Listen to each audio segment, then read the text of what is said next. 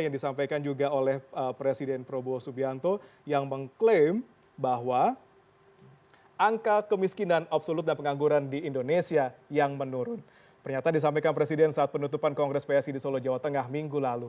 Prabowo menambahkan bahwa klaim itu merujuk laporan resmi dari Pusat Badan Statistik tanpa merinci data yang mendukung pernyataannya. Nah, berikut.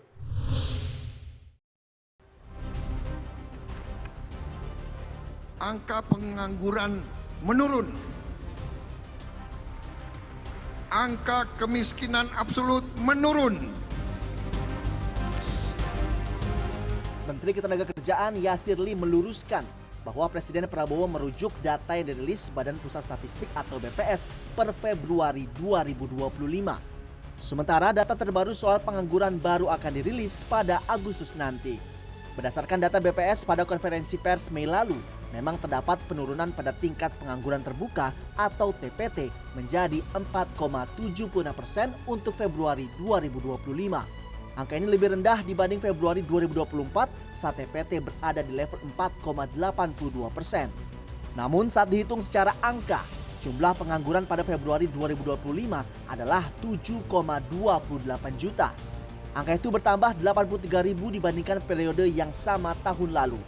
Jumlah angkatan kerja pada Februari 2025 tercatat sebanyak 153 juta orang, sedangkan pada Februari 2024 sebesar 149 juta orang. 3,5 juta Gen Z ternyata menganggur berdasarkan data BPS Februari 2025.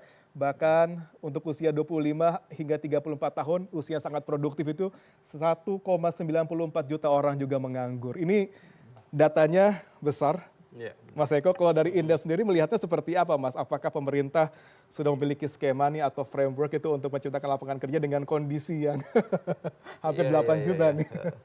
Ya, ini suatu angka yang sebenarnya besar ya, terlepas dari konteks apakah dari penurunan begitu ya, tapi angkanya tetap besar begitu ya. Jadi kalau kita lihat ya, pengangguran itu sebenarnya terjadi karena ada angkatan kerja, ada yang bisa masuk kerja ya, artinya dia diterima, diserap di pasar kerja, ada yang tidak gitu. Nah, yang tidak itulah namanya pengangguran begitu. Nah, itu dia. Angkanya ini masih besar begitu.